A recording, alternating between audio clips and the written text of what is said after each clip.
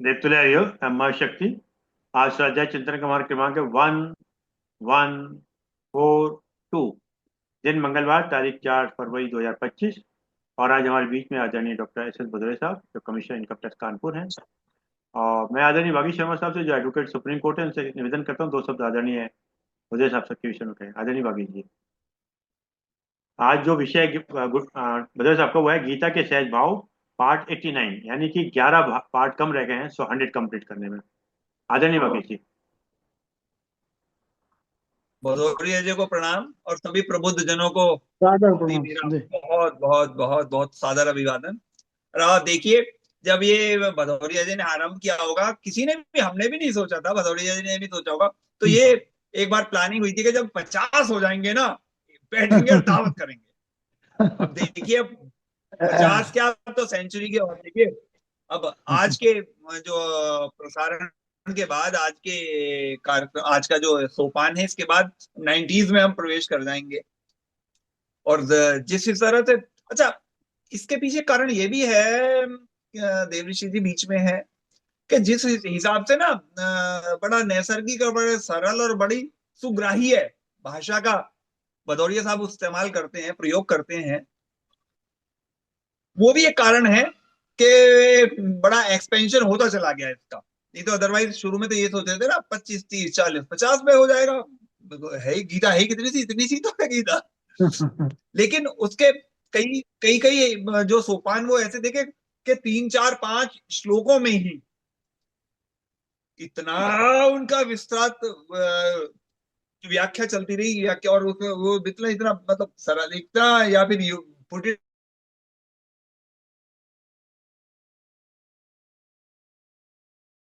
चलते चलते हम देखिए आज इतने इसमें, अब हम हमारे तो हम 1000 पूरे हो चुके हैं, और इधर ये भदौरिया साहब का 100 भी पूरा हो जाएगा।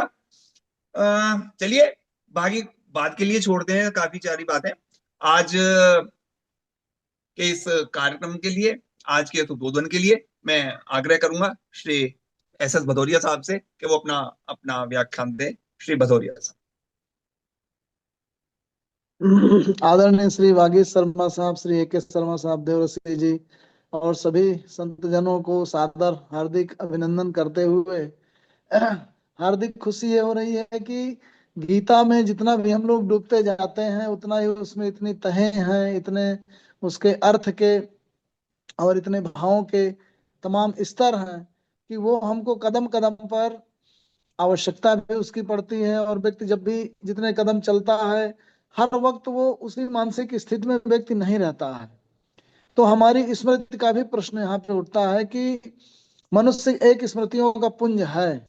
तो हमारी कई बार देखते हैं कि जो तरह तरह की किस जो हमारा अनुभव है, वो एक अनुभव जब तक उस अनुभव की इंटेंसिटी रहती है, तब तक कुछ और उसका प्रभाव रहता है। जैसे मान लीजिए आप किसी को दिल से चाहते हैं, जब तक तब तक आपके और निष्कर्ष निकलेंगे। फिर जब आप उसको कम मानने लगे, तो आपके निष्कर्ष उसके प्रति बदल जाएंगे।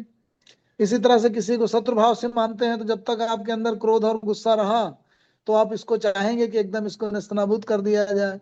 फिर उस दुख और उस भाव की या क्रोध की तीव्रता जब कम हुई, तो उसके प्रति जो अपना आचरण है वो भी थोड़ा बदल जाता है। तो हम ये देखते हैं कि जो मनुष्य का जो कंडक्ट है, व्यवहार है, आचरण है, वो किसी भी घटना के प्रति, किसी अनुभव के प्रति, किसी व्यक्ति के प्रति उसके मन में कितना तीव्र भाव है, और उन भावों के द्वारा उसके प्रति जो उनका आचरण है वो बदलता रहता है। तो हमारी जो स्मृतियां हैं, जो हमारे मानसिक पटल का, अनुभव पटल का निर्माण करती हैं, वो उस पे तमाम तरह के प्रभाव, दबाव, प्रेशर्स, पुल्स, पुशेस पड़ते रहते हैं। और उसके आधार पे हमारे जो निष्कर्ष हैं, हमारा जो कंडक्ट है वो बदलता रहता है। जैसे अर्जुन को जब कृष्ण ने तमाम चीजें बता दी, तो उसके अनुभव जगत पे कुछ ऐसी चीजें ज्यादा डोमिनेंट हो गई और डोमिनेट होके आ गई, जैसे न्यायप्रियता, उसकी उसका कर्तव्य बोध, ये सब चीजें जब आ गई तो उसके निष्कर्ष बदल गए। तो कहने का मतलब, मनुष्य जो है वो तमाम तरह की स्मृतियों का पुंज है, और उन स्मृतियों के द्वारा ही उसके वैल्यूज और उसके कंडक्ट निर्धारित होते हैं।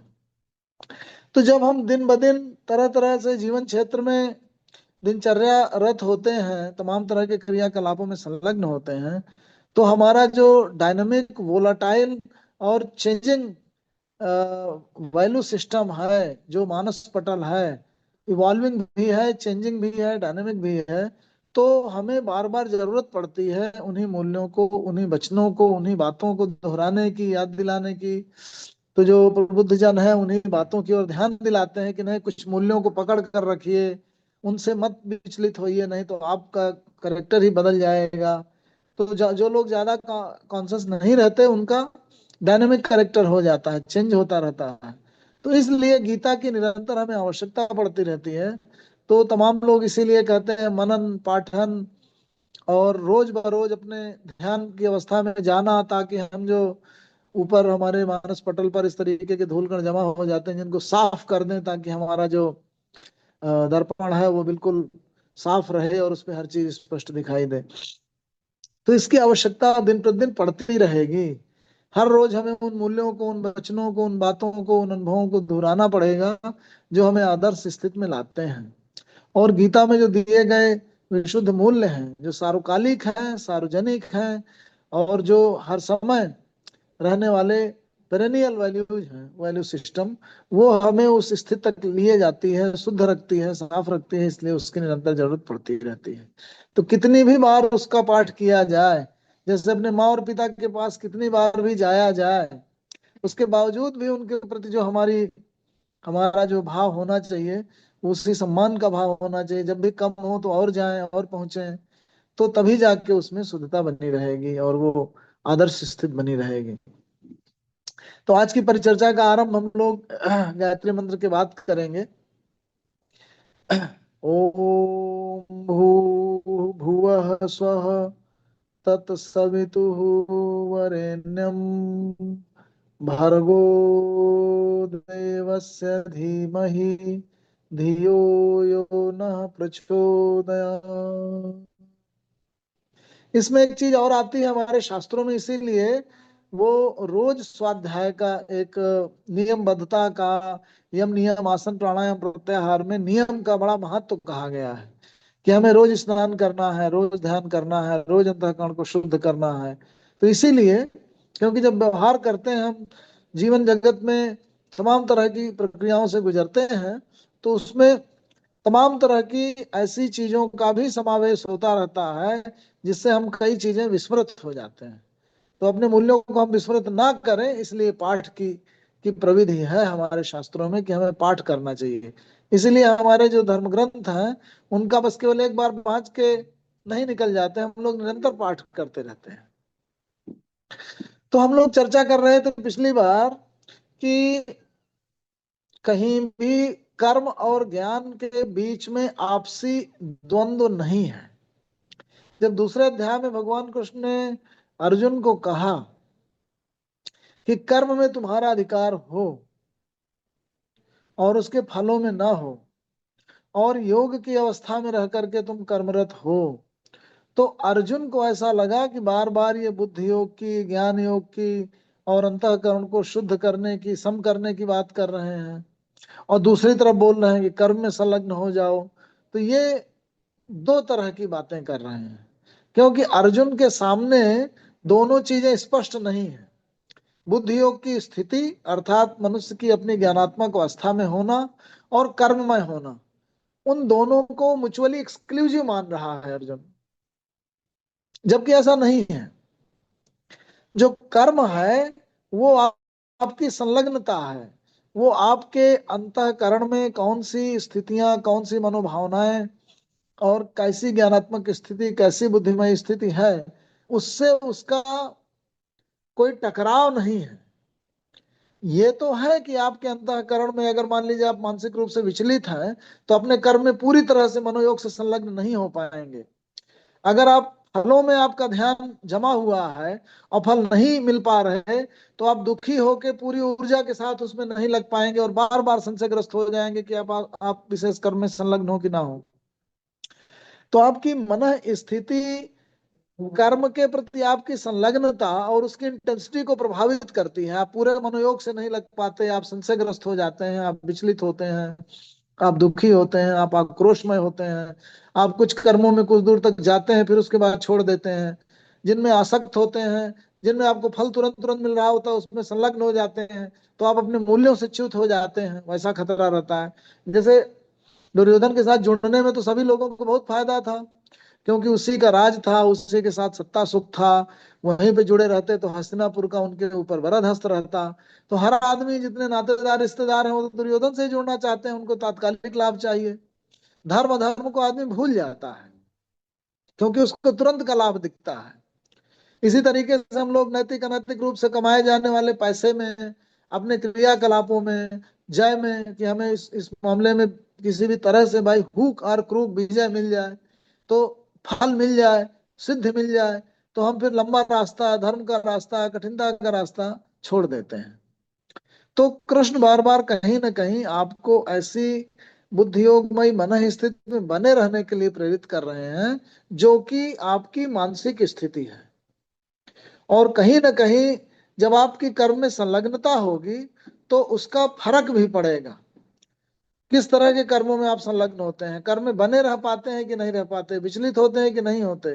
तो दो तरह की बातें, एक आपका आंतरिक मनोजगत कैसा हो, और दूसरा जो बाह्य कर्मों में संलग्नता है वो एक बार उन कर्मों को निर्धारित करके कि वो आपके जो भी कर्म हैं वो आपके साइकोटाइप के अनुरूप हैं कि नहीं। इसीलिए बड़े बड़े साइकोटाइप उन्होंने बताया कि अगर आप योद्धा हैं तो युद्धमय होना, अगर आप मान लीजिए वाणिज्य में संलग्न है, वैसी प्रवृत्ति रही है शुरू से स्वाभाविक रूप से, तो उस तरीके कर्म करना। तो स्वे स्वे कर्मणि अभिरता संसिद्धिम लभते न रह जो कहा, वो इसीलिए कहा कि आप अपनी मनो प्रवृत्ति के अनुकूल स्वधर्म का निर्धारण करके फिर उसमें संलग्न हो, ताकि निरंतर उसमें बार बार उसमें मिलने वाले फलों और तात्कालिक लाभों से आप अविचलित रह करके, लाभ और अलाभ, लाभ और हानि से अविचलित रह के लगातार आपके अनुकूल जो जिस तरह से आपकी ट्रेनिंग हुई है, जो आपकी स्वाभाविक वृत्ति है कर्ममयी, वो निर्धारित करके उसी में लगे रहें और तात्कालिक प्रभावों से प्रभावित ना हो। तो उन दोनों चीजों में भेद करना वो जरूरी है। जो ज्ञानात्मक बुद्धियोगमयी मनोजगत की स्थिति है जिसमें से निर्विकार रहना, आकांक्षा रहित रहना, कामना रहित रहना, वो मनोभाव के अनुकूल रहना, मतलब ऐसे मनोभाव के अनुकूल रहना जो मूल्यमयी है, जो सममयी है, वो एक आपकी मानसिक स्थिति है। और फिर उसके बाद कर्मरत होना और कर्मों में संलग्न होना वो हमारी व्यवहारिक स्थिति है। वो दोनों एक दूसरे के विरोधाभासी नहीं है। लेकिन अर्जुन को एक चीज समझ में आई कि यहाँ पे तो जो दूसरे अध्याय के 47वें श्लोक से लेकर 72वें श्लोक तक बात की उन्होंने, तो उसमें उनको कृष्ण के द्वारा दो तरह की बातें कही जाती हुई प्रतीत होने लगी।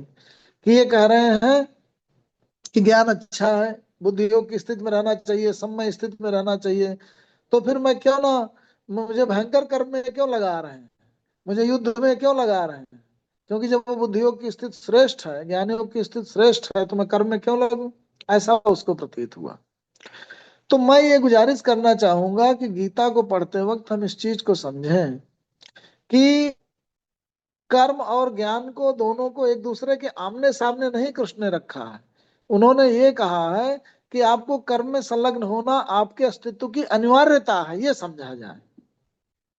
हम लोग यही गलती कर जाते हैं, ज्यादातर लोग जो साधु संत होते हैं, कर्मों से पलायन कर जाते हैं, उनको कहीं ना कहीं ये लगता है कि गृहस्थ में रहना, ये दुनिया का जंजाल लेना, ये तरह तरह के उत्तरदायित्व में घुसना, ये हमें विचलित कर देगा। तो होता यह है कि जो शुरुआत में हुई बात उसी की, बार बार हमें गीता की क्या आवश्यकता पड़ रही है, बार बार इसीलिए पढ़ रहे हैं कि जब आप कर्म में संलग्न होते हैं, दुनिया में घुसते हैं, इस जगत में आप प्रविष्ट होते हैं और बने रहते हैं, तो तमाम चीजें आप भूल जाते हैं, विस्मृत हो जाते हैं। तो फिर से आपको उन्हीं मूल्यों तक लाने की जरूरत पड़ती है। तो वो जो पाठ है, वो जो मनन है, वो जो मूल्य है, वो जो बुद्धि योग की स्थिति है, वो मानसिक स्थिति है, उसमें तो आपको बने ही रहना है। लेकिन जो हमारा शारीरिक अस्तित्व है, हमारा जो भौतिक अस्तित्व है, हमारी जो उपस्थिति है इस संसार में, हमारा जो मनुष्य स्वरूप है, वो कर्मों से अभिन्न रूप से जुड़ा हुआ है। हम उन्हें नहीं छोड़ सकते। आप अगर मान लीजिए गृहस्थ छोड़ करके, अपना घर बार छोड़ करके जंगल में चले भी जाएंगे, तो आप भोजन नहीं छोड़ सकते, क्योंकि आपका शरीर नहीं चलेगा। आप विसर्जन नहीं छोड़ सकते, क्योंकि जब आपने कोई चीज भक्षण की है, तो उससे ऊर्जा लेने के उपरांत उसका जो मलिन विष्ठा बचेगी उसको निकालना पड़ेगा। आप हाथों का चलाना नहीं बंद सकते, पैरों का चलना नहीं बंद कर सकते, आंखों का देखना नहीं कर सकते, पानी का पीना नहीं बंद कर सकते, कानों से सुनना नहीं बंद कर सकते। तो आपकी जो विविध ज्ञानेंद्रियां और कर्मेंद्रियां हैं, वो कर्मों में तो संलग्न होंगी। तो हमें ये जानने की आवश्यकता है कि हमारा अस्तित्व तो अभिन्न रूप से कर्मों से जुड़ा हुआ है। एट द सेम टाइम हमें जानने की आवश्यकता है कि हमारा मानसिक जगत डायनेमिक है। हमारे जो मूल्य हैं वो क्षरित हो जाते हैं, हमें विस्मृति हो जाती है, हमें भूल जाता है। हमें कौन सा मूल्य, कौन सा मनोभाव, मनोभावों में जो आनुपातिक समन्वय है, वो जब मान लीजिए सुबह सुबह आप उठे और भूखे हैं और आपको बहुत भूख लगी है, तो आप क्षुधा को शांत करने के लिए जो भी मिलेगा खा लेंगे। खाने के उपरांत जरूर आप बोलेंगे कि अरे गलती किया, चुरा के नहीं खाना चाहिए था। तो वो सारे मूल्य तब याद आते हैं जब आपका पेट भर जाता है। तो कहने का मतलब मेरे कि जो आपका अस्तित्व है, वो अभिन्न रूप से अंदर भी और बाहर भी बहुत बहुत सारे फैक्टर्स हैं जिनके बीच में आप हैं और आप उपस्थित हैं। उन फैक्टर्स को आप इग्नोर करके अगर आप कोई मूल्य बनाएंगे, कोई नीति और कोई दर्शन पर चलना चाहेंगे, तो आप अव्यवहारिक दर्शन बनाएंगे उनको इग्नोर करके। उनको ध्यान में रखना है, ये चीज जो है जानना जरूरी है। अर्जुन उसी को भूल जा रहा है। अर्जुन भूल जा रहा है कि वो जो निष्कर्ष निकाल रहा है, वो एक एब्सोल्यूट टाइप का निष्कर्ष निकाल रहा है कि मैं कर्म को छोड़ के क्यों ना चला जाऊं, मैं ही मारता हूं, मैं युद्ध में संलग्न हो रहा हूं। मैं एकदम वो इग्नोर करके, इस चीज से पलायन करके सोचता है कि वो कर्मों से बच लेगा। और वो तात्कालिक स्थिति इसमें ट्रिगर करने वाली चीज है। युद्ध युद्ध देखता है, युद्ध का विनाश सोचता है, अपने भाई बंधुओं की उपस्थिति देखता है, उनका मरा हुआ विचार करता है मन के अंदर। जबकि वो भूल जाता है कि दुर्योधन वगैरह को इग्नोर करके क्या, उनको उनकी उपेक्षा करके क्या उनका शासन इग्नोर कर पाएगा।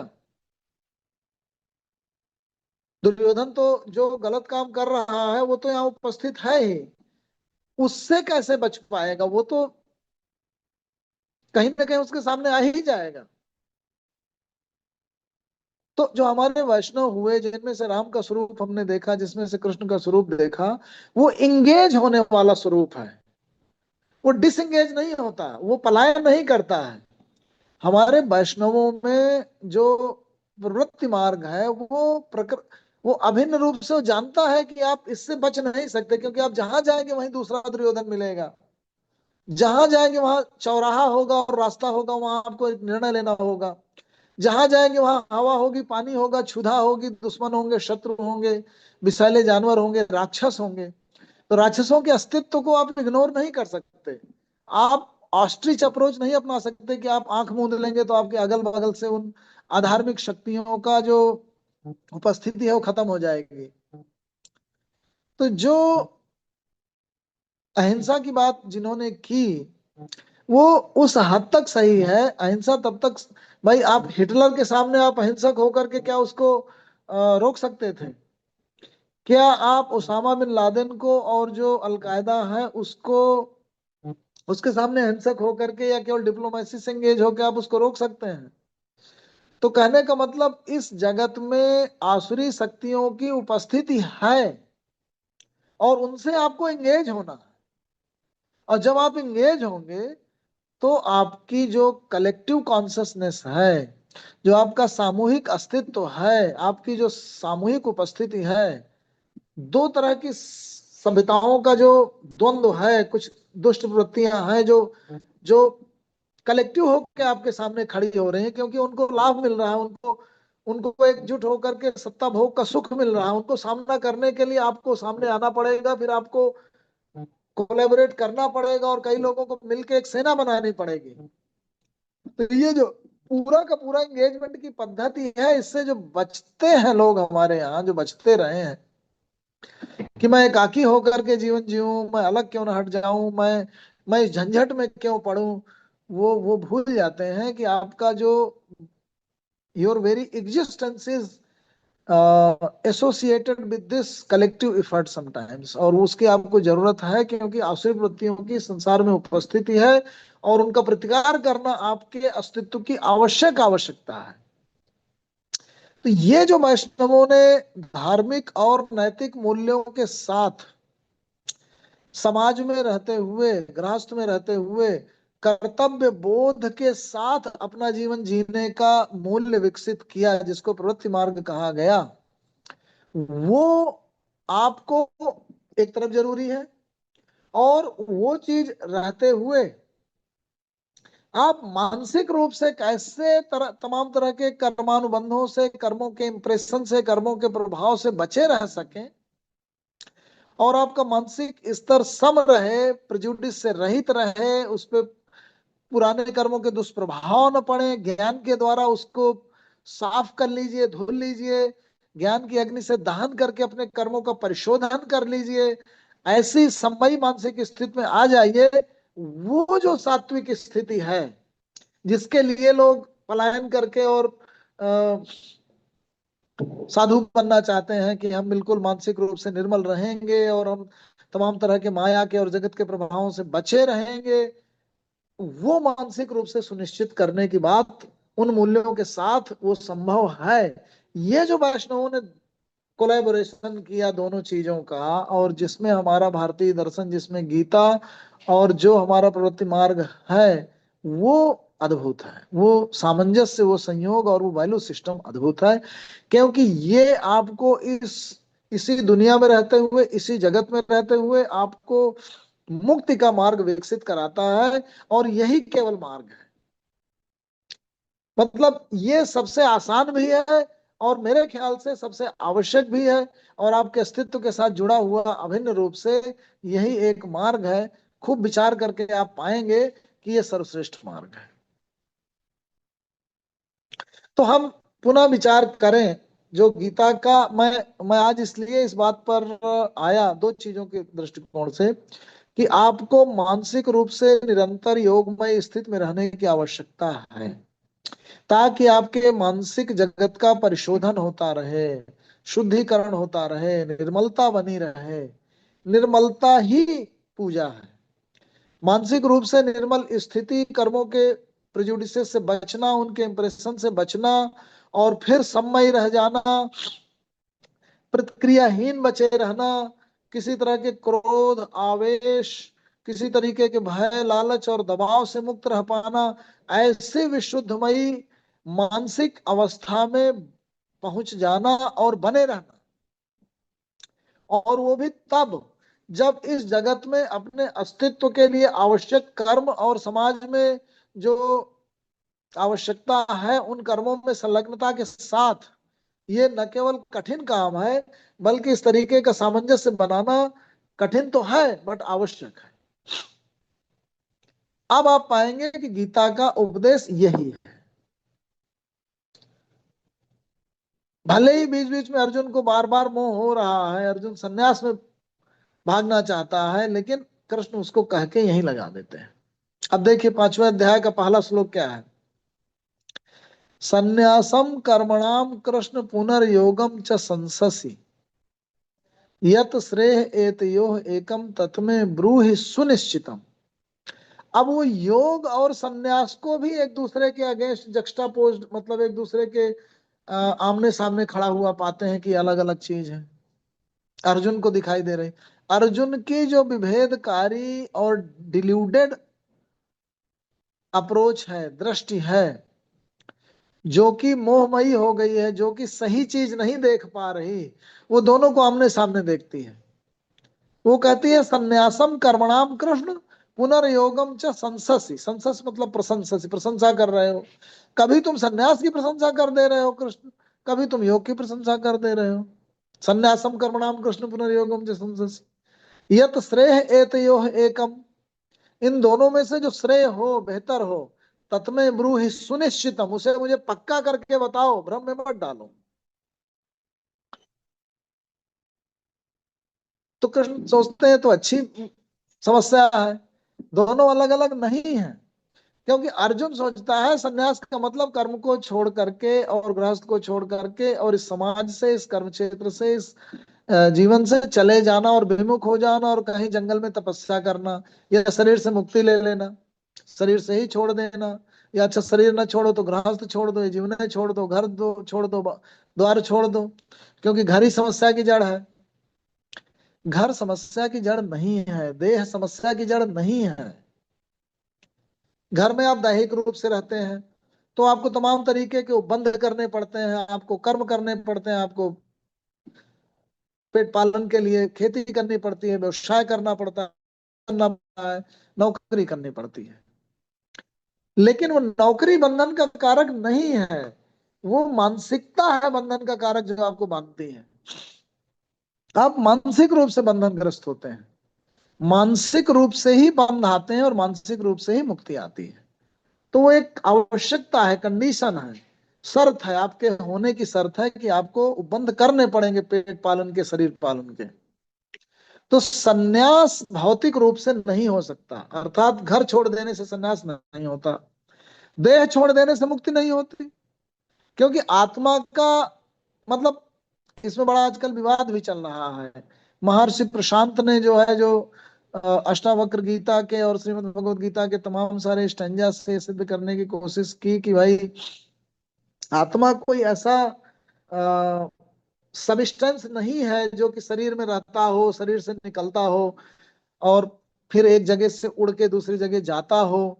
ये सब नहीं है। ये उन्होंने तमाम तरह के तर्कों के द्वारा इसकी व्याख्या दी और फिर उन्होंने बताया कि भाई ये इसके प्रति कंफ्यूजन है और हमें अपने जो शास्त्र हैं उनको फिर से प्रॉपर उसकी रीडिंग करनी पड़ेगी, और उसको हमने मिसरीड किया है, इसीलिए हमको समस्या उत्पन्न हुई है।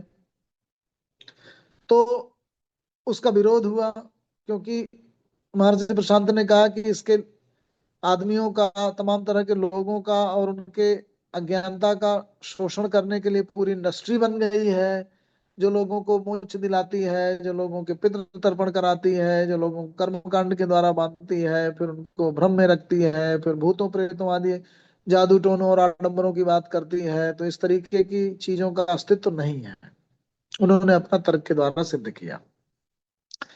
तो हमें जान लेना जरूरी है कि सांख्य में जो प्रकृति और पुरुष के सिद्धांत आते हैं, जिसमें ये कहा जाता है कि जो पुरुष तत्व है वो चैतन्य तत्व है, और प्रकृति जो अष्टधा है वो बाह्य है, और पुरुष प्रकृति के अंदर है, और वो जो पुरुष है, जो चैतन्य है, वो अंतःकरण में स्थित है, और उसके द्वारा ही हम उस सोर्स ऑफ कॉन्शियसनेस वही है। तो ये सांख्य ने पूरी हमारी हमारे अस्तित्व का जो है एक अपना दृष्टिकोण प्रस्तुत करते हुए मनुष्य के अस्तित्व को दो सरलीकृत भागों में विभाजित करने की कोशिश की, ताकि हमको ये चीजें आसानी से समझ में आ जाए। जबकि इसके बाद जो दर्शन आए, सांख्य के बाद जो योग आया, फिर उत्तर मीमांसाई, पूर्व मीमांसाई, और ये जो दर्शन आए, न्याय आया, वैशेषिक आया, षड दर्शन आए, इन सब ने और बौद्धों ने भी आत्मा को एक अलग तरह से परिभाषित किया। मतलब प्रकृति पुरुष के सरलीकृत विभाजन से आगे बढ़कर हमारे उपनिषदों ने, अष्टावक्र गीता ने ये सिद्ध करने की कोशिश की कि संपूर्ण ब्रह्मांड में एक चेतन तत्व की सतत विद्यमानता है, और शरीर एक भौतिक रूप में ऐसी परिस्थितियां, ऐसी कंडीशंस उत्पन्न कर देता है कि उसके अस्तित्व से उसकी समता यूं की जाए कि जैसे एक समुद्र हो, भरा हुआ हो, और उसमें घड़ा हमने डाल दिया। अब जब हमने घड़ा डाला तो उसमें कुछ पानी आ गया, तो पानी तो सर्वत्र भरा है, लेकिन कुछ पोर्शन अलग हो गया। वही हमारी चेतना है। व्यक्ति की, हर एक व्यक्ति की जो व्यक्तिगत चेतना के रूप में भाषित होती है, वो उसका सतही रूप है। अंदर से वो सारा पानी एक है। पूरा चेतना का महासमुद्र जो है वो पूरे ब्रह्मांड में विद्यमान है। और जैसे सूर्य की छाया अलग अलग घड़ों में पड़ जाती है, उसकी तस्वीर दिखाई देती है, वैसे ही परम तत्व की विद्यमानता, जो चेतन तत्व की विद्यमानता है, वो हर एक जगह है। और वो प्रकृत पुरुष अलग अलग कोई तत्व नहीं है कि वो पुरुष जो है, वो जो आत्मा है, वो निकल करके कहीं जाती हो और आती हो। वो सर्वत्र विद्यमान है, वो बहुत सूक्ष्म है। इतनी सूक्ष्म है कि जैसे आप देखें कि आपके वातावरण में आकाश तत्व है, और आकाश तत्व बहुत सूक्ष्म है, और उससे स्थूल हवा है। हवा से भी स्थूल बाकी चीजें हैं आपके प्रकृति के, और जो तत्व हैं पांचों बेसिक एलिमेंटों में। तो इस तरह से जो चेतन तत्व की सूक्ष्मता है, वो सर्वत्र विद्यमान है। वो हर एक व्यक्ति जो है अपना उतना घड़ा लेकर के जब अलग हो जाता है, तो उसका पानी अलग नहीं होता, बल्कि सबसे जुड़ा हुआ है। उसकी चेतना की हर जगह उपस्थिति और सातत्यता वो बनी रहती है, वो खंडित नहीं होती, क्योंकि वो कभी जन्मी नहीं, इसलिए कभी मरती नहीं। और गीता के द्वितीय अध्याय में ही कृष्ण ने उसको, आत्मा को, सांख्य दर्शन से बहुत आगे बढ़ करके व्याख्यायित कर दिया और बता दिया कि वो मरने जीने वाला तत्व नहीं है, क्योंकि वो कभी जन्मा नहीं तो कभी मरेगा नहीं, वो कभी बना नहीं तो बिगड़ेगा नहीं, कभी यौवन नहीं हुआ तो कभी बूढ़ा नहीं होगा। वो सदा सर्वदा विद्यमान चेतन तत्व है, और वो हमेशा से रहने वाला है, और न तो मारा जाता है और न कर्म में भाग लेता है। कर्म में जो भाग लेता है वो आपका शरीर है, वो बाह्य है, वो ऊपर है, वो स्थूल है, वो प्रकृति है। और वो अपने गुणों के कारण, हर एक व्यक्ति के अलग अलग 17 स्तंभ गुणों के प्रभाव के कारण जिसमें वो बंधती है आपकी चेतना, वो आपकी प्रवृत्तियां और आपका स्वभाव अलग अलग हो जाते हैं। इस रूप में उन्होंने व्याख्यायित किया। तो एक तरह से भय खत्म किया। फिर उसके बाद इस बात पे आए कि व्यक्ति को बुद्धियोग के द्वारा अपने अंतःकरण को सम रखना चाहिए, तरह तरह के प्रभावों से, विकारों से, आकांक्षाओं से, कामनाओं से, तरह तरह के भय से, दबाव से, आवेश से, क्रोध से, इन सबसे मुक्त रखना चाहिए, सम्यक रखना चाहिए, और ये रखते हुए कर्म में संलग्न होना चाहिए। ये दर्शन लेकर के कृष्ण चलते हैं द्वितीय अध्याय में। और फिर तीसरे अध्याय में फिर वो पूरा कर्म की कैसे हमारा अभिन्न रूप से हमें, हमारी जो अस्तित्व है वो कर्म से जुड़ा हुआ है, ये बताने की कोशिश करते हैं। इस रूप में अगर हम देखेंगे तो हम ये पा जाएंगे कि कर्म और बुद्धि योग दोनों एक दूसरे के अपोजिट नहीं है, दोनों में किसी तरीके की कोई लड़ाई नहीं है, किसी तरीके का कोई अंतर्द्वंद नहीं है, और हम एग्जैक्टली उसी मार्ग में चल पड़ेंगे जिस मार्ग में अर्जुन चल पड़ता है। अर्थात इस जगत में रहते हुए, इस शरीर का पोषण करते हुए, इस समाज के विविध उत्तरदायित्वों का निर्वहन करते हुए भी मानसिक रूप से सम रहकर, निर्मल रह करके हम अपना अस्तित्व बिताते हैं। और जो तरह तरह की साधना पद्धतियां हैं, वो इसी मानस पटल को निर्मल करने के उपक्रम है, और निर्मल करके आपकी करुणा का प्रसार करके आपको बाकी आपके परिवेश के साथ संवेदनशील बनाते हैं, उनके साथ जोड़ते हैं। आपके अंदर करुणा का भाव भर जाता है, तो आप और अनुकूल हो जाते हैं सामाजिक रूप से जीने के लिए, और आप सहअस्तित्व के लिए अनुकूल हो जाते हैं, और आपकी हिंसा जाती रहती है। अगर आप कोई कर्म करते हैं तो दायित्व बोध से, प्रबल दायित्व बोध से भर के करते हैं, और इंटेंसिटी के साथ करते हैं, और अपने अस्तित्व को क्षणिक जान करके हाँ कुछ ही दिनों का है, तो पूरे मनोयोग से लगते हैं और कर्ममय हो जाते हैं। तो आप पाएंगे कि हमारे जो मूल्य हैं, जो धर्म का मौलिक लक्षण क्या है, मूल्यों का सृजन, व्यक्ति के अंतःकरण में ऐसे भावों का सृजन जिससे उसका वो और निर्मल हो सके, और सहअस्तित्वमयी हो सके, और करुणा से भर जाए, और मूल्यों से भर जाए।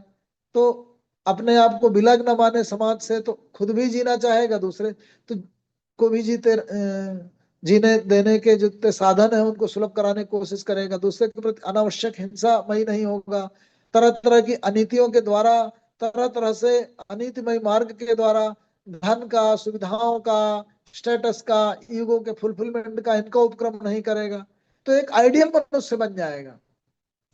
तो गीता कहीं ना कहीं इस तरीके के जीवन आपके अंदर ऐसा सही ज्ञान भर देती है कि आप उस तरीके के जीवन मूल्यों से परिपूरित हो जाते हैं, और उनसे आलोकित हो जाते हैं। इस तरीके की जीवन मूल्य आपके अंतःकरण में जागृत हो उठते हैं कि आप एक बहुत ही एक तरीके से अच्छी इकाई, एक बहुत ही नैतिक व्यक्तित्व के रूप में आपका एक तरीके से कार्व आउट होके आप आ जाते हैं।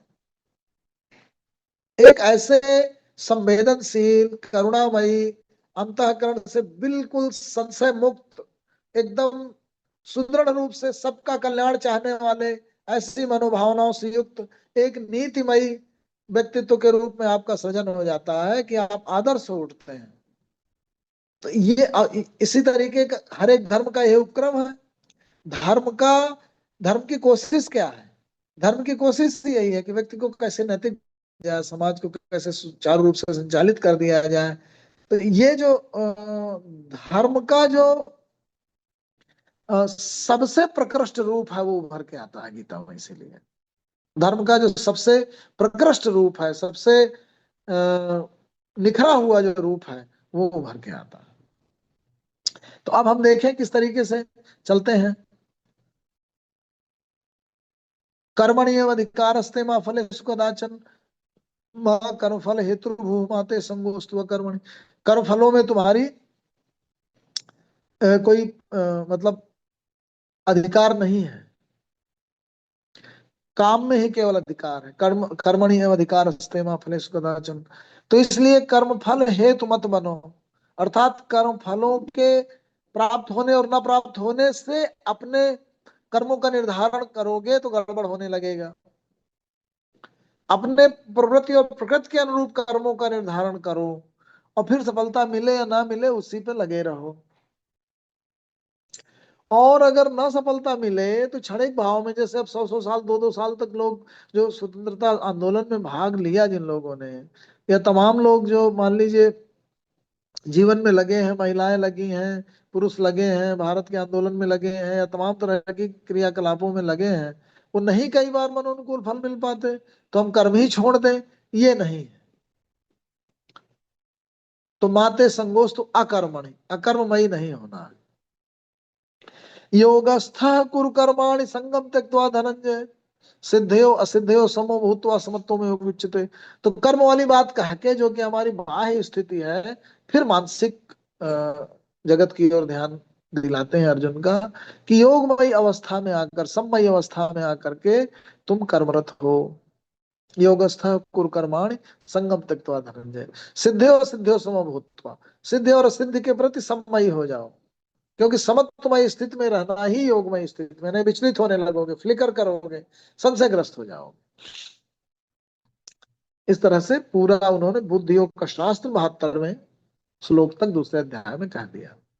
अब अर्जुन का संशय क्या आया तीसरे अध्याय में? जैसी चेत कर्मण ते मता बुद्धि जनार्दन तत्किम कर्मणि घोरे माम नियोज्य केशव। अगर तुम्हारी दृष्टि में जैसी चेत कर्मण ते मता बुद्धि जनार्दन, कर्म से बुद्धि ज्यादा श्रेष्ठ है तुम्हारे मत के अनुकूल, तुम्हारे बताने के अनुकूल, तो तुम मुझे भयंकर कर्म में क्यों लगाते हो? तो कृष्ण ने फिर पूरा उनको शास्त्र बता दिया कर्म का, कि कैसे कर्म तृतीय अध्याय में यही बताते हैं कि अभिन्न रूप से आपके अस्तित्व से जुड़े हुए हैं। ये पूरा तीसरा अध्याय कर्मयोग का है। जैसी चेत कर्मण ते मता बुद्धि जनार्दन तत्किम कर्मणि घोरे माम नियोज्य केशव व्यामिश्रेण एव वाक्येन बुद्धि मोह शिव में तदेकम वद निश्चित येन श्रेय हमाप्नुयाम। इसलिए मुझे निश्चित होके एक चीज बताओ। तो कृष्ण कहते हैं लोके अस्मिन् दुविधा निष्ठा पुरा प्रोक्ता मया ज्ञान योगेन संख्यानाम कर्म योगेन योगिनाम न कर्मणाम अनारंभात न कर्म पुरुषो स्मृते। उन्होंने कहा कामों के न आरंभ करने से न कर्मता नहीं आती है, नहीं संन्यास आते, नहीं संन्यास छोड़ देने से, न कर्मणाम अनारंभात न कर्म पुरुषो स्मृते न च संन्यासनाते सिद्धिं समधि गच्छति न हि कश्चित् क्षणमपि जातु तिष्ठति अकर्म कृत कार्यते ही अवशः कर्म सर्व प्रकृति जय गुण। ऐसा नहीं हो सकता कि एक क्षण के लिए भी तुम कर्म से मुक्त हो सको, एक क्षण के लिए भी व्यक्ति अस्तित्व में कर्म से मुक्त नहीं हो सकता। कर्मेन्द्रियाणि संयम्य आस्ते मनसा स्मरण इंद्रियार्थान विमूढ़ात्मा मिथ्याचार समुच्यते। यह तो इंद्रियाणि मनसा नियम्य आरभते अर्जुन कर्मेन्द्रिय कर्मयोगम सक्तः सविशेषते। उन्होंने ये कहा कि बाहर से कर्मेंद्रियों को जबरदस्ती दबाकर और मन से फिर उन कर्मों का स्मरण करता रहे, क्योंकि अगर आप मान लीजिए भूख लगी और खाए ना तो क्षुधा लगेगी, और आंखें और देखे ना तो आंखें देखना चाहेंगी, और शरीर है और बैठे रहे जबरदस्ती चले ही ना तो पैर अकड़ जाएंगे, तो आप अस्तित्व के विरोध में हो गए, आप अपने आप से ही लड़ने लगे। आप देखिए बहुत बार हम ऐसा पाते हैं, देखते हैं कि जो चिंतनशील व्यक्ति होते हैं वो अपने आप से ही लड़ते रहते हैं। जो शक्तिशाली व्यक्ति होते हैं वो तमाम ऐसे क्रियाओं में संलग्न हो जाते हैं, मानसिक रूप से समझ नहीं पाते, जो अपने ही शरीर से लड़ते रहते हैं। तो जब तक, जैसे मान लीजिए आप कोई तप कर रहे हो, व्रत कर रहे हो, शरीर में व्यायाम कर रहे हो, तब की बात अलग है। अदरवाइज नॉर्मल स्थितियों में आपको विचार के द्वारा यह जानना चाहिए कि आप अपने शरीर को उसकी परम उपादेयता की स्थिति में लगा रहे हैं कि नहीं लगा रहे हैं। अपने शरीर को, अपने मानस पटल को, अपनी बुद्धि को, अपने मूल्यों को, सबको अपनी परम उत्पादकता की स्थिति में लगाने की कोशिश करनी चाहिए। यही हमारे अस्तित्व की सबसे बड़ी सार्थकता हो सकती है। इसलिए ज्ञानार्जन के द्वारा, अपनी कुशलताओं की अभिवृद्धि के द्वारा, अधिक से अधिक अच्छे काम के द्वारा, अधिक से अधिक अच्छे चिंतन के द्वारा अपनी उपस्थिति को, अपने अस्तित्व को, अपने शरीर को, अपने ज्ञान को, अपनी कुशलता को अधिक उत्पादक बनाना ही हमारे अस्तित्व की सिद्धि है। फूल की सिद्धि जैसे महक प्रदान करने में है, पैरों की सिद्धि अच्छे से चलने में है, शरीर की सिद्धि उसके स्वस्थ रहने में है, वाक की सिद्धि अच्छा सार्थक वक्तव्य देने में है। फिजूल की बातें ना करें, विचार करें कि भाई जो बोल रहे हैं उत्पादक हो, जो कर रहे हैं उत्पादक हो, सबके हित का सार्थक हो, जहां मति लगाए वो सार्थक हो और सदुपयोगी हो। इस तरह के विचार से युक्त होकर के जब आप अपने उपस्थित की सिद्धि को, उसके मूल्य को बढ़ाते हैं, तो आप अपने रचनाकार के मंतव्यता का समर्थन करते हैं। उसने इसी मंतव्य के साथ आपकी रचना की होगी।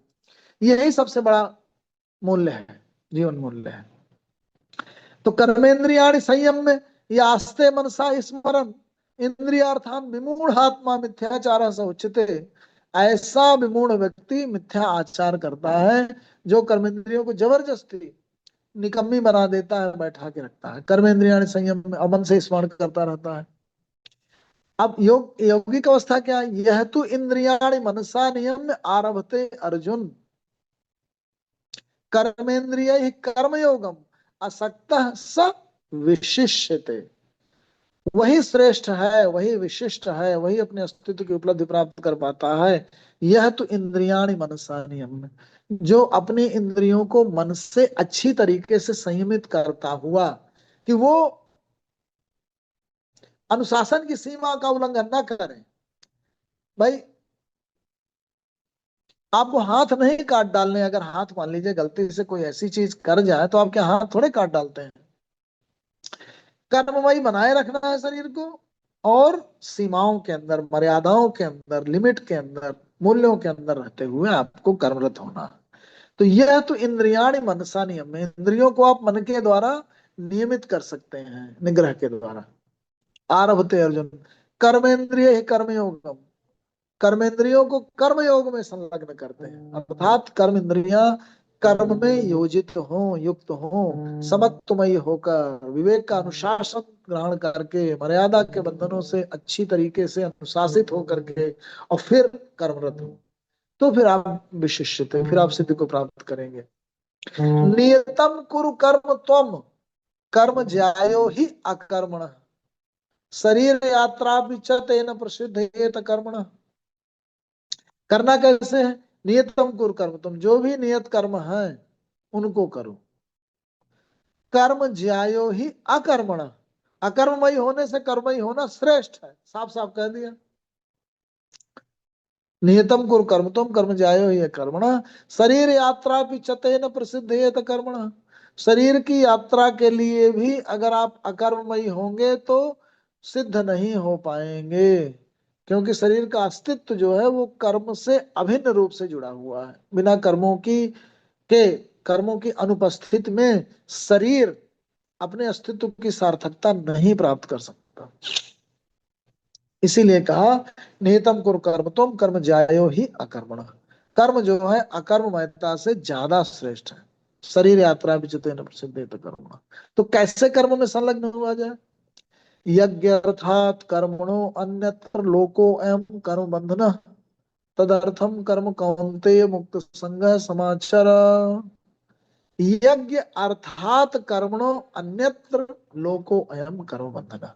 इस लोक में यज्ञ अर्थ के अलावा जो कर्म किए जाते हैं वो बंधनकारी होते हैं। यज्ञ अर्थात पवित्र कर्म। कैसे पवित्र कर्म? जो इस समस्त सृष्टि के, इस अस्तित्व के, इस व्यक्ति के, इस ब्रह्मांड के सबके अस्तित्वों का ध्यान रखते हुए धर्ममयी ऐसी क्रियाएं हैं जो आपको सह अस्तित्व में, सबके कल्याण में, करुणामयी बनाने में, आपके शरीर के अस्तित्व की सार्थकता प्रदान करने में, इस सब में जो सुविचारित कर्म की श्रृंखला है वो यज्ञ कहलाती है। इनको द्रव्य यज्ञ, ज्ञान यज्ञ, स्वाध्याय यज्ञ, योग यज्ञ, ऐसे ऐसे यज्ञों से इनको आगे चौथे अध्याय में परिभाषित करने की कोशिश की उन्होंने, कृष्ण ने, ताकि यज्ञ की एक विशाल श्रृंखला पूरी समझ में आए। बट ये मोटा मोटा जान लेना जरूरी है कि ऐसे कर्म जो सृष्टि का कल्याण करें वो यज्ञ कहलाते हैं। तो यज्ञ अर्थात कर्मणो अन्यत्र लोको अयम कर्म बंधना तदर्थम कर्म कौन्तेय मुक्त संग समाचार। यज्ञमय कर्म करते रहो और मुक्त होकर विचरण करो, वही मुक्ति का द्वार है। तो कर्म से सिद्ध मिल जाएगी यज्ञमय होकर के, और मानसिक रूप से मुक्ति मिल जाएगी। गीता का संदेश इन्हीं दो चीजों के बीच में चलता है। मानसिक मुक्ति मतलब किसी तरह के बंधनों से बचना, तरह तरह के मानसिक समस्याओं, आवेगों, क्रोध आदि से बचना, और शरीर को कर्म में इंगेज रखना। तो वो सिद्ध हो जाएगा आपका अस्तित्व, और मानसिक रूप से आप मुक्त हो जाएंगे। मानसिक मुक्ति और शारीरिक सिद्धि दोनों चीजों को लेके चलती है गीता। यज्ञ अर्थात कर्मणो अन्यत्र लोको अयम कर्म बंधना तदर्थम कर्म कौन्तेय मुक्त संग समाचार। अब उन्होंने बताया कि जो मनुष्य सभ्यता का इवोल्यूशन हुआ है वो किस तरह से हुआ है, अर्थात इस समाज को जो बनाया गया, इसकी जो रचना हुई, सर्जना हुई, उसको अनुशासित करने के लिए प्रजापति ने, जिसने इस प्रजा का निर्माण किया था, ऐसी व्यवस्थाएं दी कि मनुष्य जाति को तरह तरह के कर्मों में संलग्न होना पड़ेगा, और वो कर्म यज्ञ हैं। उन यज्ञों के द्वारा उन भौतिक चीजों को प्राप्त करेगा, और उन भौतिक चीजों के द्वारा इस प्रजा का पालन पोषण होगा। इस तरह से करके जो फल आते हैं, उन फलों को सबके बीच में बांट करके सामाजिक रूप से जीना। देखिए, कई बार लोग ये भूल जाते हैं कि गीता सामाजिक रूप से भी बहुत उपयोगी शास्त्र है। केवल व्यक्ति की सिद्धि और व्यक्ति की मुक्ति का मार्ग तो है ही, व्यक्ति की कलेक्टिव एग्जिस्टेंस की ओर भी प्रकाश डालती है। वो यहाँ पे आपको दिख जाएगी। जो हम लोग अभी बात वैष्णवों की कर रहे थे, उसमें कहीं ना कहीं सामाजिक मुक्ति की ही बात है। सामाजिक अव्यवस्था न फैले, सामाजिक व्यवस्था रहे, इसके लिए व्यक्ति को एंगेज होना पड़ेगा और कर्म में नियोजित होना पड़ेगा। तो कहा क्या, सहयज्ञा प्रजा सृष्टवा पुरोवाच प्रजापति अनेन प्रसविष्यध्वम एष वो अस्तु इष्ट कामधुक। अर्थात प्रजापति ने, अर्थात जिसने भी इस प्रजा को बनाया, एक तो व्यक्ति बना, व्यक्ति के साथ प्रजा बनी, अर्थात सामूहिक अस्तित्व बना, सामूहिक अस्तित्व के साथ उन्होंने कुछ यज्ञों की रचना की, और कहा कि जब तक तुम्हारा व्यक्तिगत और सामूहिक अस्तित्व है तो इन यज्ञों की आवश्यकता पड़ेगी। अर्थात आपको कलेक्टिव यज्ञों में अपने आप को एंगेज करना पड़ेगा, क्योंकि उसके बिना चल ही नहीं पाएगा। सहयज्ञा प्रजा सृष्टवा, अर्थात प्रजा की सृष्टि यज्ञों के साथ की गई, यज्ञों के बिना नहीं की गई, अर्थात हो ही नहीं पाएगा। फिर सहयज्ञा प्रजा सृष्टवा पुरोवाच प्रजापति, प्राचीन काल में प्रजापति ने क्या कहा, अनेन प्रसविष्यध्वम एष, इनके द्वारा ही तुम सिद्धि को प्राप्त करो, वो अस्तु इष्ट कामधुक, और वो तुम्हें इष्ट कामनाओं की पूर्ति करने वाले साबित होंगे। अर्थात जब आप कलेक्टिव रूप से कुछ प्रोजेक्ट्स उठाते हैं, कोई ऑर्गेनाइजेशन बनाते हैं, कोई कंपनी बनाते हैं, कोई सामूहिक काम उठाते हैं, कोई फाउंडेशन बनाते हैं, फिर उसमें कुछ काम करते हैं, तभी तो आपको सिद्धि मिलती है। और ज्यो ज्यो जो है, आप देखेंगे कि आसुरी शक्ति आपके सामने कलेक्टिव होकर के खड़ी हैं, तो उनका सामना करने के लिए, उनसे निजात पाने के लिए आपको तो और कोलैबोरेट करना पड़ेगा और सब लोगों को मिलजुल के रहना और लड़ना पड़ेगा, तभी आप बच पाएंगे, नहीं तो खत्म कर दिए जाएंगे। लेकिन धार्मिक रूप से, नैतिक रूप से, कुछ मूल्यों और कुछ नीतियों को ध्यान में रख करके ही वो चीज बनाई जानी चाहिए। तो क्या कहा, देवान भावेतनेन ते देवा भावयन्तु यः परस्परम भावयन्तम श्रेयो परम अवाप्स्यथ। देवता अर्थात जो देने वाली शक्तियां हैं, द्युतिमयी, प्रकाशमयी, भावमयी, ऐसी शक्तियां जो प्रकृति में उपलब्ध हों और आपके कर्मों के रिजल्ट प्रदान करें, आपके द्वारा किए गए कर्मों के कंसिक्वेंसेस जो प्रदान करें, उन्हें द्युति या देव शक्तियां कहा गया। इसीलिए वेदों में जब आप देखेंगे तमाम तरह के देवों की जब अर्चना की जाती है, उनका आवाहन किया जाता है, वहां पे अर्चना या जो है एक तरीके का आवाहन है। वेदों में इंद्र का आवाहन किया जाता है कि अय इंद्र आओ, जो युद्ध के और शक्ति के देव हैं, और हमारे साथ सोमरस का पान करो, हमारे इस यज्ञ में भागीदार बनो, हमें जीत प्रदान करो। फिर पूषा से, फिर उसके बाद सूर्य से, इसके बाद चंद्र से, इसके बाद पृथ्वी से, वानस्पतिक शक्तियों से, वरुण देवता से, अश्विनी कुमारों से, सबका आवाहन करके तरह तरह की कामनाएं की जाती हैं, उन्हें बुलाया जाता है, उनका आवाहन किया जाता है। तो ये जो दैवी शक्तियां हैं, द्वितीयां हैं, प्रकाशमयी स्थितियां हैं, ये व्यक्तियों के द्वारा जो यज्ञ किए जाते हैं उनके परिणाम देती हैं, उनके रिजल्ट, उनके कंसिक्वेंसेस प्रदान करती हैं। देवान भावयत अनेन ते देवा भावयन्तु यः। जब तुम मिल करके और उन द्युतिमयी देवमयी शक्तियों को प्रसन्न करोगे तो वो तुम्हें इच्छित काम, इच्छित इष्ट जो भी है तुम्हारा वो प्रदान करेंगे। तो प्रकृति में आप जब भी कोई प्रोजेक्ट लेकर चलते हैं तो उसका एक रिजल्ट आता है, हर एक क्रिया की हर एक कंसिक्वेंस होता है। ये कहने का मतलब, देवान भावयतने ते देवा भावयन्तु यः परस्परम भावयन्तम श्रेयो परम अवाप्स्यथ। तुम यज्ञ के द्वारा उन देवताओं की इच्छाओं की पूर्ति करो और वो देवता तुम्हें इच्छित प्रदान करेंगे। लेकिन ये ऐसा ना हो कि केवल शक्ति संग्रह, शक्ति संचय और अपने अहम की पूर्ति के लिए इसको एक उपक्रम बना करके और तुम रह जाओ, बाकी सबको अपने नीचे दबा दो या उन पे शासन करो, ऐसी प्रवृत्ति नहीं होनी चाहिए। कैसी प्रवृत्ति होनी चाहिए, देवान भावेतने ते देवा भावयन्ते परस्परम भावयन्तम श्रेयो परम अवाप्स्यथ। इष्टान भोगा निवो देवा दास्यन्ते यज्ञ भाविता तैः दत्तान अप्रदायेभ्यो भुंक्ते स्तेन एव स। बड़ा ही अर्थपूर्ण और सार गर्भित मूल्य बनाते हैं कृष्ण। इष्टान भोगान वो देवा दास्यन्ते यज्ञ भाविता। यज्ञ से प्रसन्न होकर के इच्छित फलों को प्रदान करेंगे तुम्हें वो देव शक्तियां, अर्थात वो प्रकृति। इष्टान भोगान वो देवा दास्यन्ते यज्ञ भाविता तैः दत्तान अप्रदायेभ्यो भुंक्ते स्तेन एव स। उन दी गई शक्तियों को, उन दिए गए इष्ट परिणामों को अगर तुम बिना सभी में अच्छी तरीके से बांटे, मिल बांट कर उसका उपभोग करने की बजाय केवल तुम भोग करने की कोशिश करोगे तो तुम चोरी करोगे। एक तरीके की चोरी क्या होती है, चोरी होती है जो आपका नहीं है उसे आप प्राप्त करने की कोशिश करते हैं, आपका जहां पे अधिकार नहीं है। तो कृष्ण ने पहले ही कह दिया कि इस पूरे उपक्रम में, इस पूरे यज्ञ में जितने भी लोगों का सहयोग है, सम्मिलितीकरण है, उन सबको उन परिणामों का भाग मिलना चाहिए।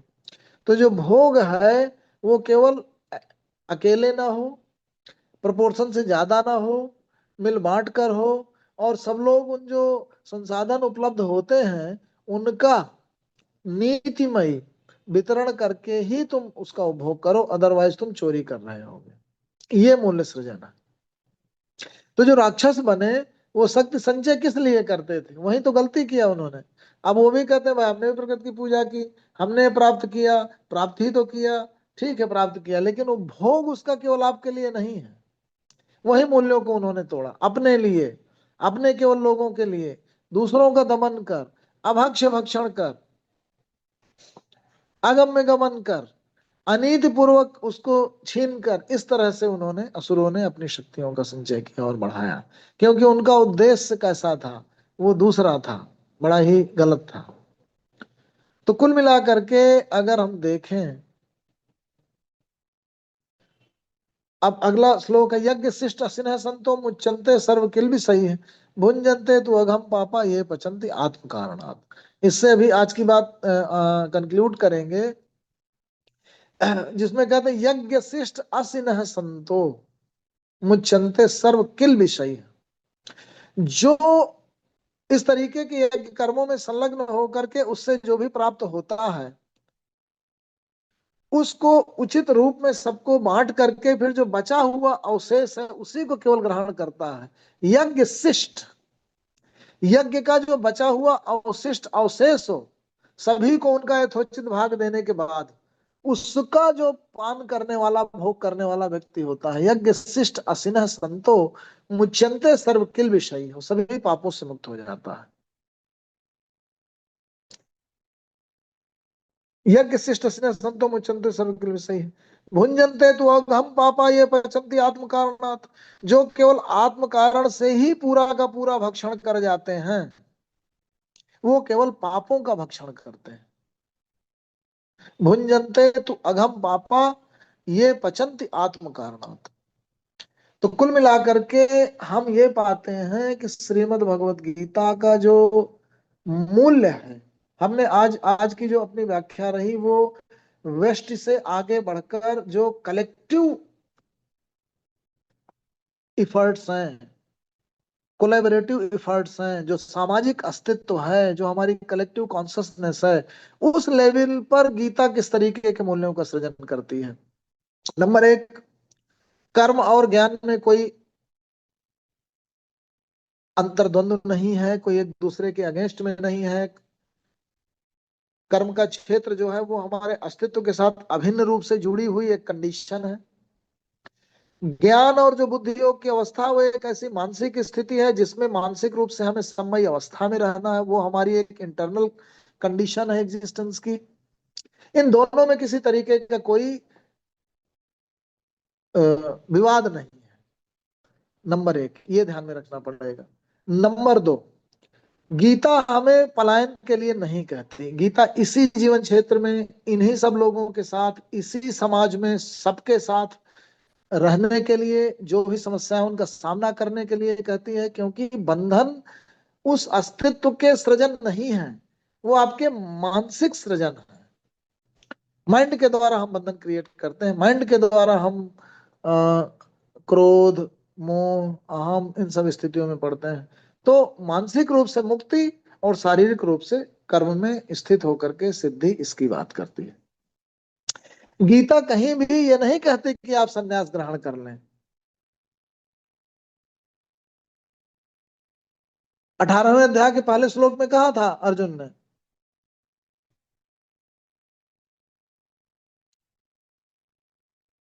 संन्यासस्तु महाबाहो तत्त्वमिच्छामि वेदितुम त्यागस्य च हृषीकेश पृथक्केशिनि सूदन, कि मुझे अलग अलग करके इन दोनों को बताओ कि संन्यास। तो उसको फिर उन्होंने प्रतिकार करके बताया कि नहीं, संन्यास तो मकसद है ही नहीं। काम्यानां कर्मणां न्यासं संन्यासं कर्मयो विदुः सर्वकर्म फलत्यागं प्राहुः त्यागं विचक्षणाः त्याज्यं दोषवदित्य के कर्म प्राहुः मनीषिणः यज्ञदानं तपः कर्म निश्चितम शृणु में। उसके बाद उन्होंने कहा कि मैं निश्चित रूप से कहता हूं कि कर्मयोग के द्वारा ही सिद्धि प्राप्त हो सकती है। यज्ञ दान तपः कर्म त्याज्यम कार्यमेव तत्। यज्ञ दान और तप ऐसी चीजें हैं जिनका त्याग तो करने नहीं चाहिए, तो करना ही करना चाहिए। यज्ञ दान तपस्या पावनानि मनीषिणाम, क्योंकि वो तुम्हारे शरीर के अस्तित्व को पावन करने वाले हैं। तो इस तरह से संन्यास का क्लियर खंडन कर दिया। तो हमारे सामाजिक अस्तित्व को भी उन्होंने कहा कि प्रजामयी अस्तित्व, कलेक्टिव एग्जिस्टेंस जरूरी है, यज्ञ कर्मों में हमारी संलग्नता जरूरी है, लेकिन यज्ञ कर्मों के जो परिणाम आएंगे वो किस तरह से विभाजित करके सबके साथ उसका उपभोग करने का जो प्रावधान बताया, वो चीज अद्भुत है। तो कहीं ना कहीं ऐसे यूनिवर्सल वैल्यूज का सृजन करती है गीता, जो हमें बहुत ही नैतिक और मर्यादित आचरण वाला व्यक्ति बना देता है, साधक बना देता है। ये इसकी ब्यूटी है। इधर कम नजर जाती है लोगों की, क्योंकि ये उपेक्षित रह जाते हैं और उन एक आध श्लोकों को लोग पकड़ करके केवल व्यक्तिगत मुक्ति वाली बात कोई करने लगता है, कोई कुछ करने लगता है, तो ये पक्ष उपेक्षित रह जाता है, जिधर मेरा ध्यान। और ये बार बार हमें पाठ करना क्यों जरूरी है, ये भी हम लोगों ने इसीलिए डिस्कस किया कि हमारा जो अस्तित्व है, हमारा जो मानसिक अस्तित्व है, मेंटल स्पेस है, वो बहुत डायनेमिक है, फ्लक्चुएटिंग है। क्योंकि जो अनुपातिक उपस्थिति है मूल्यों की और अनुभवों की, वो बदलती रहती है। हम बहुत चीजें भूलते रहते हैं, नई चीजें आती रहती हैं। काम में जब लग जाते हैं तो कई चीजें भूल जाते हैं। जैसे ना, अमेरिका में रहते रहते फिर अम्मा के पास जाना आदमी भूल जाता है, क्योंकि पत्नी बच्चे उनका काम ये वो, तो माँ छूट ही जाती है। ऐसा नहीं, मन से खूब याद करता है, फिर करता है, फिर छूट जाती है। चाहता भी है तो, मतलब कहने का कि बहुत से फैक्टर हैं जो आपको इतना पुशेज और पुल्स हैं, जो आपकी स्थिति से मूल्यच्युत कर देते हैं, आपके कर्तव्यों से फिर कोई होश दिलाता है। जैसे कई बार ना शास्त्रों में देवता को देख के पहले उसकी स्तुति कर देते हैं, प्रशंसा कर देते हैं, तो वो फिर खुश हो जाता है। अब खुश होके फिर उसका स्पिल ओवर करने लगता है, जो प्रसाद है उसका, जो उसकी ऊर्जा है, वो जब उसकी स्तुति करेंगे, हमारे तमाम देवताओं को देखेंगे उनकी स्तुति करते हैं, अर्चना करते हैं, फिर वो देवता प्रसन्न हो जाता है, फिर उसका प्रसाद स्पिल ओवर होके हमको मिलने लगता है, उससे ऊर्जा निकलने लगती है। तो ये है। तो वो अब पहले नहीं था, अर्थात हमारा मानसिक स्थिति जो डायनामिक है। तो हमें उन मूल्यों को पकड़ के रखना है, इसलिए पाठ जरूरी है, इसीलिए सत्संग जरूरी है, इसीलिए सार्थक संवाद जरूरी है, और नित्य प्रति जरूरी है, और हरदम होते रहना जरूरी है। तो इन तीन पक्षों की ओर जो दृष्टि नहीं जाती, वो मैंने दिलाने की कोशिश की कि सत्संग क्यों जरूरी है, सामाजिक अस्तित्व क्यों जरूरी है, हमें कलेक्टिव एग्जिस्टेंस क्यों जरूरी है, और हमें मिल बांटकर खाना और रहना क्यों जरूरी है, और यज्ञमय कर्मों में ही संलग्न होना जरूरी है, क्योंकि अदरवाइज कर्मानुबंध सृजित होने लगेंगे अगर हम दूसरी तरह के कर्म करेंगे जो यज्ञमय नहीं है। ये मैं आज आप लोगों के साथ डिस्कस करना चाह रहा था, सो हो गया। बहुत बहुत धन्यवाद आदरणीय डॉक्टर प्रसाद साहब। सभी लोग अनम्यूट हैं। इस संबंध में किसी की कोई और जिज्ञासा बनती है तो आदरणीय मुझे साहब से पूछ सकते हैं। कि बाद में दो शब्द हमारे आदरणीय वाकी शर्मा जी बोलेंगे। आदरणीय भदौरिया जी, जी नमस्कार जी, नमस्कार। जी, आप प्रणाम कैसे? कमला साहब जी, आशीर्वाद है सर। 13-16 में भगवान कहते हैं जी कि जो यूनिवर्सल कॉन्शियसनेस है जी अविभक्त है, और उसका अंतःकरण पर जो चिदाभास पड़ता है, रिफ्लेक्शन है, उस रिफ्लेक्शन से पूरा आगे शरीर काम कर रहा है। तो वहां तो अपने को मतलब यूनिवर्सल कॉन्शियस कहा है, पर जो द्वैत मानने वाले ये मानते हैं कि जीवात्मा और परमात्मा दो ताकतें हैं। क्योंकि 17 में कहा कि हृदय में स्थित हर जीव के अंदर, हर प्राणी के अंदर हृदय में स्थित हूं। तो वहां वो महात्मा लिखते हैं, इस्कॉन वाले, कि जीवात्मा परमात्मा दो ताकतें काम कर रही हैं शरीर के अंदर। एक ही पेड़ पे जैसे वो कहता मुंडे कपशर के दो पक्षी बैठे हैं। तो अद्वैत के मानो दो पक्षी तो नहीं मानते, एक ही मानते हैं, जो कि मतलब यूनिवर्सल कॉन्शियसनेस है, वो रिफ्लेक्ट हो रही है अंतःकरण पर इंडिविजुअल शरीर के अंदर। तो एक तो ये हृदय स्थान जो है उससे क्या मतलब है, दूसरा दो शक्तियां कैसे, दो सत्ताएं कैसे हैं, एक ही सत्ता मेरा ख्याल है होनी चाहिए। दरअसल वो जो पूरा विवाद है द्वैत, अब पहले तो अद्वैत हुआ शंकराचार्य जी का, तो अद्वैत द्वैत विशिष्टाद्वैत, ये जो जितना विवाद है, वो कौन व्यक्ति कहाँ बैठकर देख रहा है और क्या देख रहा है, इसका है। एक अगर आपको याद हो तो बहुत पुराने टाइम में एक समुद्र के देखने के लिए एक स्वामी जी आए, तो उन्होंने समुद्र को देखा तो बोला है तो जल ही जल है, तो एक ही तत्व को देखा। दूसरे स्वामी जी आए, बोले नहीं, देखिए इधर जो लहर उठ रही है ये ऊपर की ओर उठी है, और ये लहर नीचे की ओर है, दोनों अलग अलग हैं। तो दृष्टि जिनकी फॉर्म पर रहती है केवल, उनको दो अस्तित्व दिखते हैं, और जिनकी सब्सटेंस पे रहती है उनको एक ही तत्व दिखता है। तो आप कहाँ से देख रहे हैं, किस तरह से देख रहे हैं, क्या देख रहे हैं, आपके शब्दों के मायने क्या है, यहाँ बात का अंतर पड़ जाता है। तो जो द्वैत लोग थे उन्होंने उसके फॉर्म को देखा कि भरा तो समुद्र सब जगह है, अब घड़ा डुबोया गया, घड़े के अंदर जो जल आ गया उसको उन्होंने कहा जीवात्मा है, और जो बाहर बाहर रह गया उसको परमात्मा कह दिया। जबकि जो अद्वैत वाले हैं उन्होंने कहा भाई पूरा तो पानी ही है। तो कहने का मतलब ये दृष्टिकोण का फर्क है। एक्चुअल में कोई मतलब जो है वो तत्व में अगर आप देखेंगे इस दृष्टि से तो तात्विक रूप से मुझे लगता है फर्क जो है वो दृष्टिकोण का फर्क है। एक फॉर्म में ज्यादा जोर देता है, एक सब्सटेंस में ज्यादा जोर देता है। एक शंकराचार्य जी इसीलिए सब जगह जल की उपस्थित देखते हैं, और रामानुजाचार्य जी बोलते हैं कि घड़े के अंदर आया हुआ जो जल तत्व है वो अलग हो गया, वो करेक्ट। जीवात्मा बन गई इसलिए। चलिए, और कोई किसी का प्रश्न? अजय डॉक्टर साहब, एक मन में विचार आया अभी, जैसे आपने बताया तो कि हृदय गीता जी कृपा से में। मतलब क्या है इसमें सिसोदिया साहब? जी, इनका नेट में प्रॉब्लम है शायद, चलेगा। तो अजय बदल साहब, एक प्रश्न अभी अभी आया मस्तिष्क में। तो जैसे कि आपने जी। बताया गीता जी में संन्यास को नहीं कहती हैं, तो हमारे जैसे चार वर्ण व्यवस्था है मानसिक ना। संन्यास, मानसिक संन्यास को कहते हैं कि जो संन्यास हो वो मानसिक रूप से जहां आसक्ति हो उससे मुक्ति हो, जहां मानसिक रूप से बंधन उत्पन्न हो रहे हो उससे मुक्ति हो, उसको संन्यास कहती है। और जैसे आज हमारी चार वर्ण व्यवस्था थी, ब्रह्मचर्य, गृहस्थ, वानप्रस्थ, संन्यास, तो लगता है अब तो एक ही रह गई, गृहस्थ, मेरे ख्याल से। वो तो उन्होंने मतलब जो आश्रम है उनको जीवन में सहूलियत के लिए कहा कि आरंभिक काल में व्यक्ति को अध्ययन पे ज्यादा जोर देना चाहिए। जब कुछ अध्ययन प्राप्त हो जाए, शरीर में पूरी ऊर्जा आ जाए, यौवन आ जाए, तो काम में ज्यादा लग जाइए।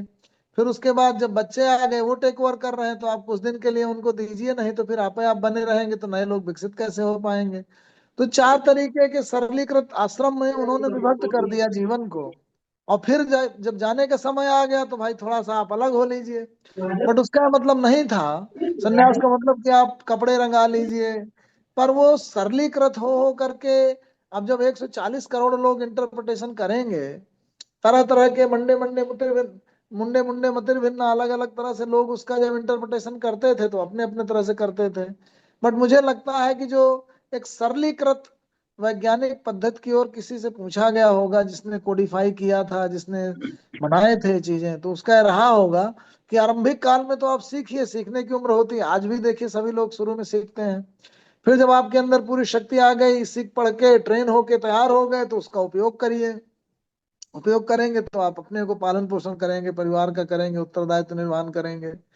फिर उसके बाद जब बच्चे आ गए, उनका समय आ गया, 20 साल में पीढ़ी बदल जाती है, 25 साल में, तो फिर आप थोड़ा सा करिए, कुछ घूमिए, देशाटन करिए, सामाजिक क्रियाकलाप करिए, और बाद में थोड़ा सा रिट्रीट कर जाइए, बच्चों को संभालने दीजिए। तो ये है, उसका मतलब नहीं कि कपड़े कलर्ड हो जाए, उसका मतलब नहीं कि आप संन्यास लेके पहाड़ों में जाके बैठ जाए, कतई नहीं। बहुत नमस्कार।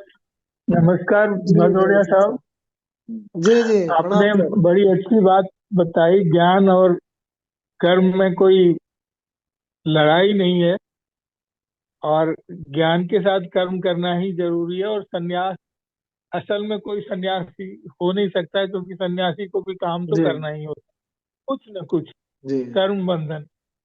लेकिन आपने एक प्रशांत, कौन से प्रशांत है ये, वहां से कौन है ये जिनकी बात आपने ये कही कि कोई आत्मा नहीं होती है, जी कुछ नहीं जी, होता है, ये है कौन वहां से? ये एक महर्षि हैं, आजकल बड़े विवाद के केंद्र में हैं, तो उनकी पुस्तकें, उनकी व्याख्याएं जलाई जा रही हैं वहां पे कुंभ में। तो उस समय मेरे दिमाग में आया कि आपका ध्यान आकर्षण करूं कि वो भी काफी मतलब वैज्ञानिक दृष्टि से व्याख्या कर, जैसे ओशो अपने समय में काफी विवादित हुए थे, थोड़ा सा ऐसी व्याख्याएं वो करते थे जो और लोगों को समझ में नहीं आती थी। तो ऐसी व्याख्याएं ये भी कर रहे हैं जो और लोगों को समझ में नहीं आ रहे। तो कुछ लोग जिनको नहीं समझ में आ रहा वो उनकी प्रतियां जला रहे हैं। तो सब क्योंकि वही है ना डॉक्टर कि मारा मारी है, न वो भी अंधा है, न उसे दिख रहा, दूसरा अंधा उसे भी नहीं दिख रहा, सब एक दूसरे को धक्का मुक्की कर रहे हैं। इसकी बजाय थोड़ा ठहर के समझने की कोशिश करें कि वो ऐसी बातें क्यों कर रहा है, तो बातें ही खत्म हो जाए। डॉक्टर साहब, जी जी आपने कहा मनोवृत्ति के अनुसार अपने कर्म में संलग्न रखिए चाहिए, और साथ ही ये है कि आप योग योग में स्थिति में कर्म करिए। योग में स्थिति मतलब योग कर्म में करिए जो कि संसार के कल्याण के लिए हो। तो इसका मतलब है आपकी मनोवृत्ति, जब तक ये ज्ञान नहीं होगा तब तक आप योग में कर्म नहीं कर सकते। तो वो निर्मल ज्ञान मन जब आप, जी जरूरी जी, है, जब आप निर्मल मन हो जाते हैं तो आप योग की क्योंकि अवस्था अर्जुन में को भी होते तो ज्ञान तो दे रहा है, कृष्ण जी भी ज्ञान ही दे रहे हैं ना वो। हैं। कहने का मतलब ये हुआ कि जो आपका मानसिक स्थल है उसमें किसी भी तरीके का ज्वर, किसी भी तरीके का आवेश, किसी भी तरीके का ग्रीड, किसी भी तरीके का क्रोध, किसी भी तरीके की प्रतिक्रिया, ये सब ना हो और आप निर्मल हो गए हो, उस अवस्था में रह करके आपका जो मौलिक काम करने का, आपकी जो ट्रेनिंग हुई है, जो प्रशिक्षण लिया है, जो भी आप काम करना चाहते हैं मूल रूप से, उस तरीके के काम में आप ट्रेन हुए होंगे। जैसे आपने पढ़ाई लिखाई काम किया, योद्धा का काम किया, जो भी काम किया उसमें संलग्न हो ही है, बस वही सिद्धि दिलाएगा आपको। मोटा मोटा ये है। लेकिन वो जब इतनी आपके आपका जब आपके विवेक इतना होगा, जो विवेक तभी होगा जब आपको ज्ञान आएगा। हाँ हाँ, वो तो है। विवेक तो मतलब ज्ञान ज्ञान दृष्टि। ही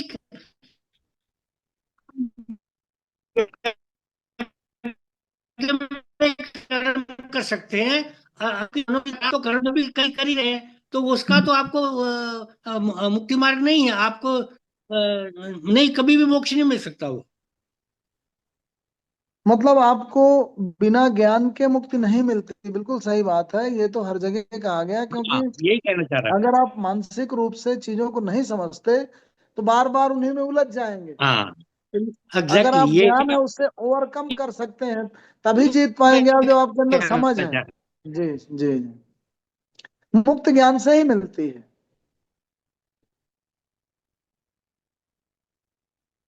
चलिए आदरणीय वागीश शर्मा जी। बहुत बहुत आभार डॉक्टर साहब। जी और जैसे कि ये डिस्कशन कर रहे ये हैं, लेकिन आप हाँ, एक, यदि जी कोई बोल रहे हैं जी क्या? सर। नहीं नहीं, जी बिल्कुल बताइए जी। नहीं, आप देखिए ना, गीत यदि आप किसी से भी जनरल, मतलब जो रेगुलर नहीं करता, लेकिन आप किसी से, हमें गीता का ज्ञान क्या है, बोले कर्मण्येवाधिकारस्ते मा फलं निश्चितम्। हम्म। तो वास्तव में कर्म करना बहुत जरूरी है, और सत्य के साथ और स्वधर्म के पक्ष में रहना भी, ये भी गीता ही बताती है हमें। हमें हर काम को अहंकार के साथ नहीं करना चाहिए, प्रेम और समर्पण के साथ करना चाहिए, ये भी आप ही बताते हैं।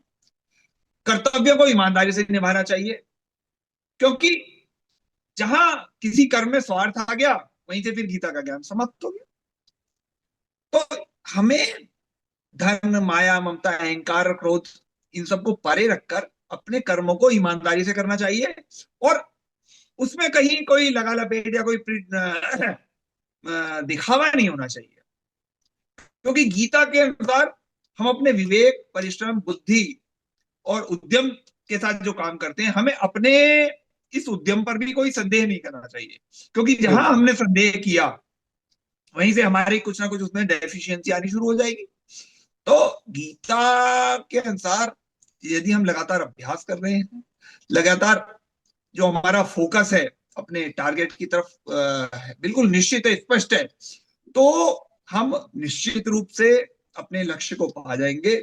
और जहां हमने लक्ष्य के बारे में हमारी कुछ 19-21 हुई, वहीं हम लक्ष्य से भटक जाएंगे। तो जहां तक आपका, आज जैसे आपने पुनरावलोकन कहूंगा मैं, तो आप जिस तरह से आज आपने शुरू से ये थोड़ा थोड़ा थोड़ा थोड़ा हर एक उसका एक एक पिन पॉइंट करते चले जा रहे हैं, तो धीरे धीरे धीरे वास्तव में रिफ्रेशिंग मेमोरी के साथ साथ आप गीता के इन बिल्कुल सरल और सुग्राह्य बातें आप जो बताते जा रहे हैं, इसके लिए हम बहुत बहुत सब, मतलब पूरा हमारा ग्रुप, पूरा जो है स्वाध्याय चिंतन का मंडल जो है, वो आपके लिए बहुत आभारी है। और आपका ये, अब देखिए 89 हो गया, अब 90वें वर्ष में, 90वें सोपान में आप प्रवेश कर रहे हैं और शीघ्र आप भी सेंचुरी पर पहुंचे और हम सबको भी सेंचुरी की तरफ धीरे धीरे धीरे धीरे बिल्कुल सुगराही और सुहृदय पूर्वक ले जाता रहे। हम आपका बहुत बहुत आभार, बहुत बहुत धन्यवाद।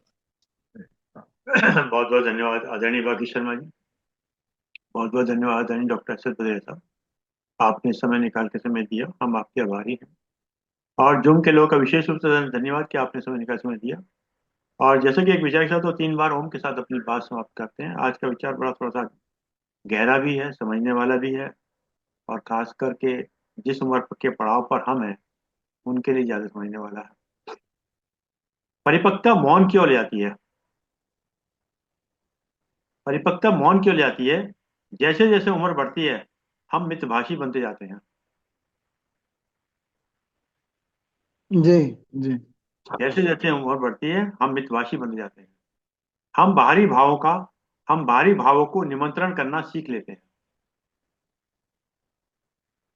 हम बाहरी भावों का निमंत्रण करना सीख लेते हैं। किसी भी बात का फर्क पड़ना बंद हो जाता है। किसी भी बात का फर्क पड़ना बंद हो जाता है। आंसुओं को पीने लगते हैं। बहुत बढ़िया, बहुत सुंदर, बहुत सुंदर। आंसुओं को पीने लगते हैं। सामयिक लोगों को अपनी जिंदगी से दूर फेंक देते हैं। सामयिक लोगों को अपनी जिंदगी से दूर फेंक देते हैं और सुकून की तलाश में रहते हैं। और सुकून की तलाश में रहते हैं। बहुत सुंदर। आई 3 बार उनका जी। उच्चारण करते हैं। ओम।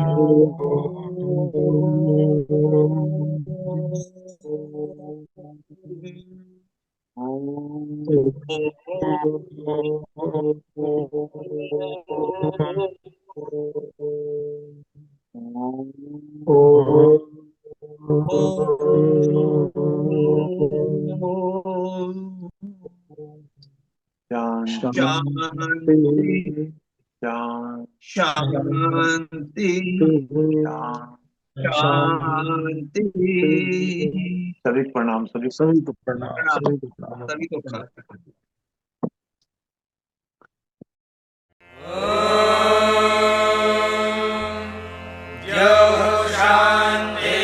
शान्तिरन्तरिक्षं शान्तिः पृथिवी शान्तिरापः शान्तिरोषधयः शान्तिः वनस्पतयः शान्तिर्विश्वे देवाः शान्तिर्ब्रह्म शान्तिः सर्वं शान्तिः शान्तिः